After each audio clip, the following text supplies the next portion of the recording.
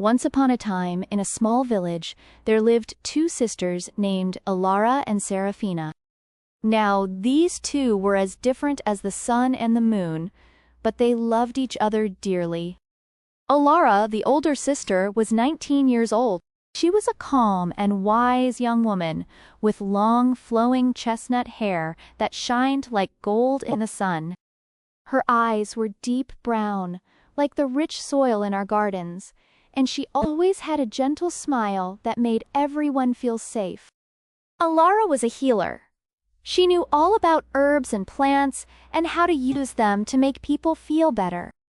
She was kind to everyone, from the tiniest mouse to the tallest tree.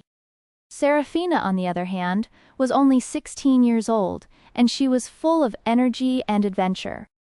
She had curly auburn hair, as wild as the forest itself, and her eyes were bright green, like the leaves in spring. She was always getting into some sort of mischief, climbing trees, running through the fields, or exploring the deepest parts of the woods. But she had a good heart, and she loved her sister more than anything. The two sisters lived in a cozy little cottage on the edge of the village, surrounded by a garden that Elara tended with care. The garden was full of colorful flowers and tasty vegetables, and Seraphina would often bring back interesting things she found in the forest to add to it.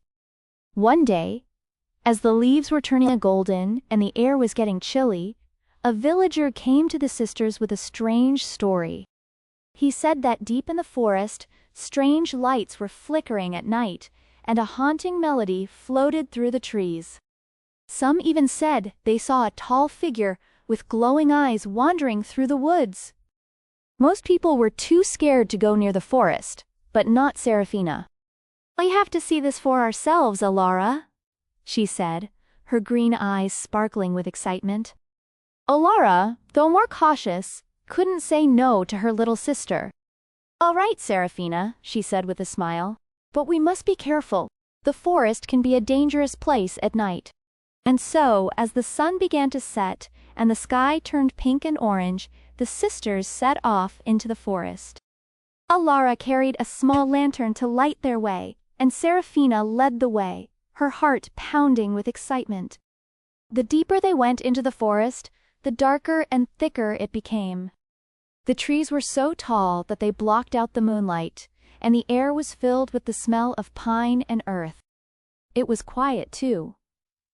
Only the rustle of leaves and the occasional hoot of an owl broke the silence. Suddenly, Seraphina stopped in her tracks. "Do you hear that?" she whispered. Elara listened closely, and sure enough, she heard it too. A soft, beautiful tune, like a lullaby carried on the wind. The sisters followed the sound, their footsteps almost silent on the forest floor. Finally, they reached a clearing, and there, in the center, stood a massive oak tree, its branches twisted with age. And beneath the tree sat a figure. A woman, but not just any woman. She was tall and graceful, with silver hair that flowed like moonlight and eyes that glowed softly in the dark. Her gown was made of leaves and flowers that shimmered with an inner light. The woman looked up as the sisters approached. "Welcome, Elara and Seraphina," she said in a voice as soft as the wind through the trees. "I have been waiting for you." The sisters were surprised. How did she know their names?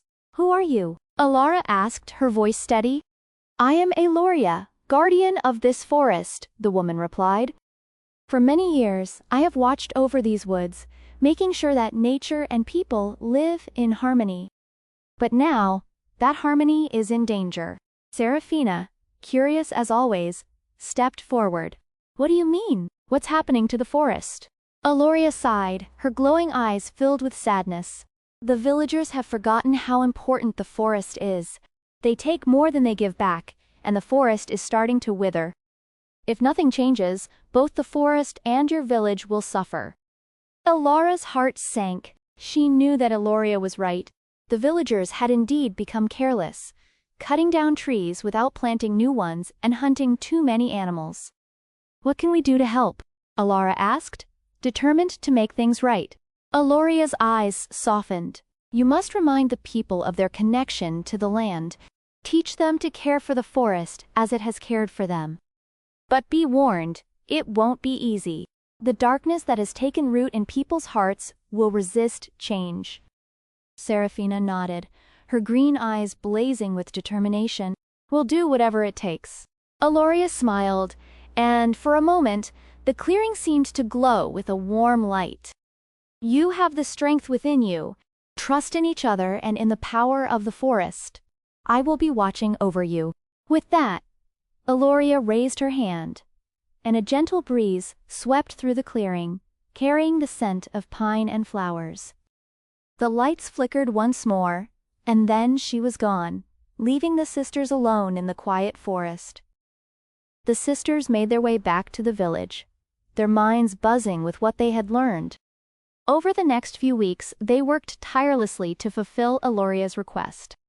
Elara used her knowledge of herbs to heal the sick and teach the villagers how to care for the land. Seraphina organized groups to plant trees and clean the rivers, using her boundless energy to inspire others. At first, some villagers were skeptical. They didn't want to change their ways. But slowly, as they saw the results of the sisters' work, the return of the birds and animals, the blossoming gardens, and the clear, fresh water, they began to understand. One evening, as the sun set behind the hills, painting the sky with golden light, the sisters sat in their garden, watching the world around them come alive again. Do you think Eloria is watching us? Seraphina asked. Elara smiled, her heart full of contentment. I believe she is, and I think she's proud of us, Seraphina.